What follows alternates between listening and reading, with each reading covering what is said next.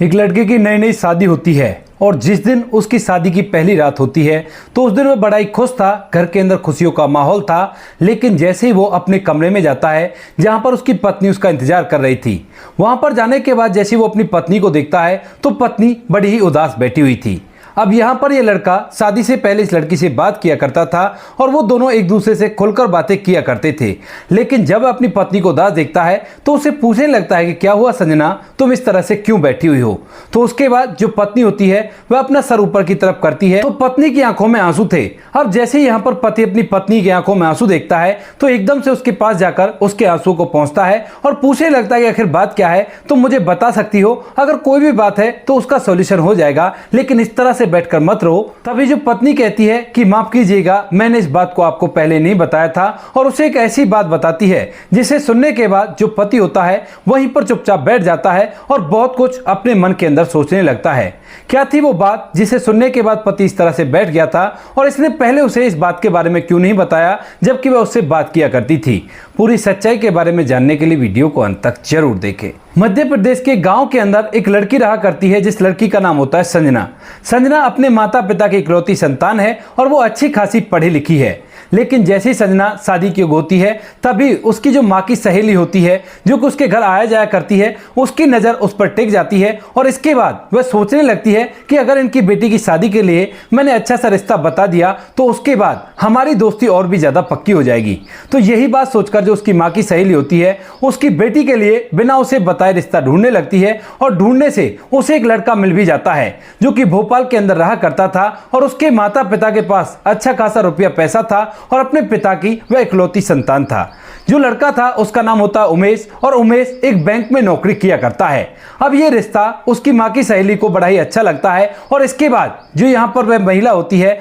वह उनसे उस लड़की की शादी की बात कर लेती है। अब यहाँ पर जैसे ही उमेश के घर वालों को लड़की के बारे में बताया जाता है कि लड़की देखने में काफी ज्यादा खूबसूरत है तो उसके बाद वह लोग भी लड़की को देखने के लिए तैयार हो जाते हैं और एक दिन तय करके यहाँ पर जो संजना की माँ की सहेली होती है वह लड़के वालों को अपने साथ लेकर सीधा संजना की माँ के घर आ जाती है उनको बिना बताए। और उसने लड़के वालों को बता दिया था कि मैंने उन्हें कुछ भी नहीं बताया है और हम लोग डायरेक्ट चल रहे हैं क्योंकि मैं उसकी सहेली हूं और कोई भी दिक्कत नहीं है, रिश्ता हो जाएगा। इस बात को सुनकर यहाँ पर वो लोग उसके साथ आ गए थे। लेकिन जैसे वो घर के अंदर आते हैं तो यहाँ पर पूरा परिवार जो संजना का परिवार होता है वह एकदम से उन्हें देखकर सहम सा जाता है और सोचने लगता है कि ये कौन है। लेकिन तभी यहाँ पर जो संजना की माँ की सहेली होती है वह बताने लगती है कि बहन, मैंने ना आपकी बेटी के लिए लड़का ढूंढा है और आप एक बार देख लीजिए, अगर लड़का अच्छा लगे तो ही हामी बनना, वरना बेशक से मना कर देना। अब इस बात को सुनकर यहाँ पर जो संजना की माँ होती है वो पूरी तरह से हैरान रह जाती है। लेकिन फिर भी वो घर पे आए हुए लोगों का अपमान नहीं करना चाहती और उन्हें घर के अंदर बिठा लेती है। अच्छी तरह से वो उनका वेलकम करती है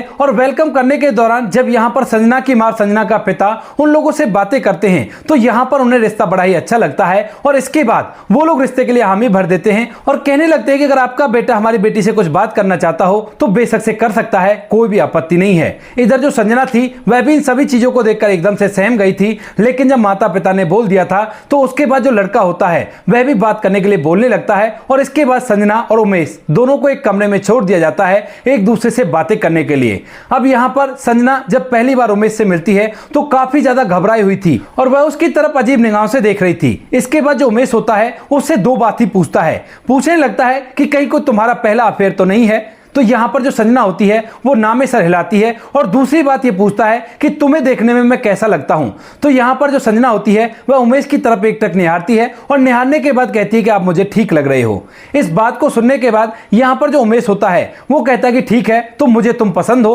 और तुम्हें जैसी भी बात हो बाहर आकर बता देना और मैं तो अपने बारे में बताने के लिए जा रहा हूँ। ऐसा कहकर यहाँ पर जो उमेश होता है उस कमरे से बाहर निकलता है और बाहर निकलने के बाद अपने माता पिता से कह देता है कि मुझे लड़की बहुत पसंद है और मैं इसी से शादी करना चाहता हूं। अब इस बात को सुनकर उमेश के जो माता पिता होते हैं वो बड़े ही खुश हो जाते हैं और इसके बाद यहां पर वे लड़की वालों से पूछने लगते हैं कि आप बताइए आपको हमारा बेटा कैसा लगा और क्या आप अपनी बेटी की शादी हमारे बेटे से करना चाहते हो। अब इस बात को सुनकर यहां पर जो लड़की के पिता और माता थे वह थोड़ी देर तक सोच विचार करते हैं। लेकिन इतनी ही देर में अंदर से जो संजना होती है वह बाहर निकलती है और बाहर निकलने के बाद जब उसके माता पिता उसकी तरफ देखते हैं तो वह हाँ में सर हिलाती है, यानी कि लड़की को भी लड़का पसंद पसंद था और इसके बाद वो थोड़ी देर सोच विचार करने के बाद वो लोग भी इस बात के लिए हामी भर लेते हैं। उसके बाद दोनों परिवार इस बात के लिए जब सहमत हो गए थे तो यहाँ पर शादी का मुहूर्त निकाला जाता है, लड़का और लड़की का फोन नंबर एक्सचेंज कर दिया जाता है और सभी लोग जोर शोर से शादी की तैयारियों में जुट जाते हैं। धीरे धीरे समय बीतता है और समय के साथ साथ इनका शादी का दिन भी नजदीक आ जाता है और अब तक भी ये दोनों एक दूसरे से काफी देर तक बातें किया करते थे और जैसे ही शादी का दिन आता है तो उस दिन इन दोनों की धूमधाम और रीति रिवाजी के साथ शादी हो जाती है। शादी होने के बाद जो संजना है वो दुल्हन बनकर उमेश के घर चली जाती है और वहां पर जाकर सभी रीति रिवाजों को निभाने लगती है। इधर जो यहाँ पर उमेश होता है उसे भी इस बात की बड़ी खुशी है कि वो पहली बार अपनी पत्नी से मिलेगा और आज उसकी शादी की पहली रात है। इसी बात को सोचकर वह बड़ा ही खुश होता है और यहाँ पर जो उसके यार रिश्तेदार उसके साथ आए हुए थे वो लोग भी उससे हंसी मजाक करते हैं और कहते हैं कि भाई अब तो तू बड़ा हो गया है ना, अब तो तेरी शादी भी हो गई है। इसके बाद ये मजाकों का सिलसिला चलता रहता है और धीरे धीरे रात के तकरीबन 10 बज जाते हैं। अब जैसे ही रात के 10 बजते हैं तो उसके बाद यहाँ पर जो उमेश होता है वो अपने यार दोस्तों से विदा लेता है और कहने लगता है कि ठीक है भाई अब मुझे जाना होगा और ऐसा कहकर वो अपने कमरे की तरफ बढ़ने लगता है जिस कमरे के अंदर संजना उसका इंतजार कर रही है और धीरे धीरे जो उमेश होता है उस कमरे के दरवाजे पर पहुंच जाता है। अब जाने के बाद जैसे वो दरवाजा खटखटाना चाहता है तो दरवाजा एकदम से खुल जाता है क्योंकि दरवाजा खुला पड़ा हुआ था। इसके बाद जो उमेश होता है वह कमरे के अंदर दाखिल हो जाता है और अंदर आते ही उसके मन में ढेर सारे विचार चल रहे हैं कि आज मैं इससे पहली बार मिलूंगा, ढेर सारी ये बातें करूंगा, वो बातें करूंगा, हम लोग ऐसा करेंगे और प्यार भरे पल एक दूसरे के साथ बिताएंगे। इन बातों को सोचते हुए वह पीछे मुड़कर दरवाजे को बंद कर देता है, लेकिन जैसे अपनी पत्नी की तरफ देखता है तो उसकी पत्नी उसको आता हुआ देखकर भी अपना सर नीचे की तरफ करके चुपचाप बैठी हुई थी। अब जैसे ही उमेश ये देखता है कि उसकी पत्नी सर नीचे की तरफ करके बैठी हुई है तो वह कहने लगता है कि संजना क्या हुआ, तुम इस तरह से क्यों बैठी हो। तो उसके बाद यहां पर जो संजना होती है वह अपना सर ऊपर की तरफ करती है, लेकिन तभी यहां पर उमेश को उसकी आंखों में आंसू दिख जाते हैं और इन आंसू को देखने के बाद एकदम से जो उमेश होता है उसके पास जाकर बैठ जाता है और बैठकर उसकी आंसू के आंसू को पहुंचकर पूछने लगता है कि संजना क्या हुआ, तुम इस तरह से क्यों रो रही हो, कोई परेशानी है या किसी ने कुछ कह दिया तो मुझे तुम बता सकती हो, आखिर हम दोनों जीवन साथी हैं और हम लोगों को अब जीवन एक साथ ही बिताना है। अब इस बात को सुनकर जो संजना होती है वो रोई जा रही है और कुछ भी उमेश से नहीं कह पाती है। उमेश तरह तरह की बातें पूछता है, कहने लगता है कि माता पिता की याद आ रही हो तो चलो मैं तुम्हें अभी ले चलता हूं, लेकिन तुम इस तरह से मत रो, क्योंकि यहां पर शादी से पहले जब ये दोनों एक दूसरे से बात करते थे तो दोनों को एक दूसरे से प्यार हो गया था और उसी प्यार के चलते जो उमेश होता है वह सहन नहीं कर सकता कि संजना की आंखों में आंसू आए। जब धीरे धीरे काफी देर हो जाती है उमेश सब कुछ पूछ लेता है, लेकिन किसी भी बात के लिए संजना हामी नहीं भरती है। तो उसके बाद उमेश चुप बैठ जाता है, लेकिन तभी जो संजना होती है वह उससे कहने लगती है देखो जो मैं तुम्हें बताऊंगी उसे सुनने के बाद तुम्हें बिल्कुल भी गुस्सा नहीं करना है। अब इस बात को सुनकर उमेश कहने लगता है कि हाँ कोई बात नहीं, चिंता मत करो, कोई भी बात हो मैं बिल्कुल भी गुस्सा नहीं करूंगा, केवल तुम मुझे बताओ कि तुम परेशान क्यों हो। तो इसके बाद जो संजना होती है वो एकदम से उसे कुछ ऐसी बात बताती है जिसे सुनने के बाद उमेश के पैरों तले से जमीन खिसक जाती है। दरअसल यहां पर संजना ने उमेश से कह दिया था कि मैं कभी भी तुम्हें संतान का सुख नहीं दे सकती। अब जैसे ही उमेश इस बात को सुनता है तो वह पूरी तरह से हैरान हो जाता है और कहने लगता है कि संजना तुम ऐसा क्यों कह रही हो, आखिर क्या बात है। तो उसके बाद जो संजना होती है उसे पूरी कहानी बताने लगती है। कहती है कि उमेश आज से लगभग 7 साल पहले अचानक से एक दिन मेरे पेट में दर्द होता है और उसके बाद माता पिता मुझे हॉस्पिटल ले जाते हैं, लेकिन हॉस्पिटल जाने के बाद डॉक्टर साहब बताते हैं कि आपकी बेटी कभी भी मां नहीं बन सकती। और इस बात को सुनने के बाद माता पिता पूरी तरह से हैरान हो जाते हैं और डॉक्टर साहब को उल्टा सीधा सुनाने लगते हैं। कहते हैं कि तुम कैसे कह सकते हो कि हमारी बेटी मां नहीं बन सकती। तो डॉक्टर साहब कहते हैं कि मैं नहीं कह रहा, ये तो रिपोर्ट कह रही है, जो रिपोर्ट हमने करवाई है। इसके बाद माता पिता को तसल्ली नहीं होती है और उसके बाद वो और कई हॉस्पिटलों में इसी तरह की रिपोर्ट कराते हैं और हर जगह से एक ही बात सुनने को मिलती है कि आपकी बेटी कभी भी मां नहीं बन सकती। इस बात को सुनते ही माता पिता के पैरों तले से जमीन खिसक जाती है और वह लोग काफी ज्यादा इस बात के बारे में सोचते हैं, क्योंकि मैं उनकी इकलौती बेटी थी और मेरे बाद पिताजी से कह दिया था कि मां को अगर दूसरा बच्चा होगा तो इनकी जान को खतरा हो सकता है। तो इसी वजह से पिताजी ने कोई दूसरा बच्चा नहीं किया और सोचा कि यही हमारी बेटी है और यही हमारा बेटा रह आएगा, कोई भी दिक्कत नहीं है। लेकिन अब जब उन्हें पता चला है कि बेटी मां नहीं बन सकती तो उसके बाद उन्हें बहुत ज्यादा चिंता होती है और वो काफी ज्यादा इस चीज को लेकर परेशान होते हैं।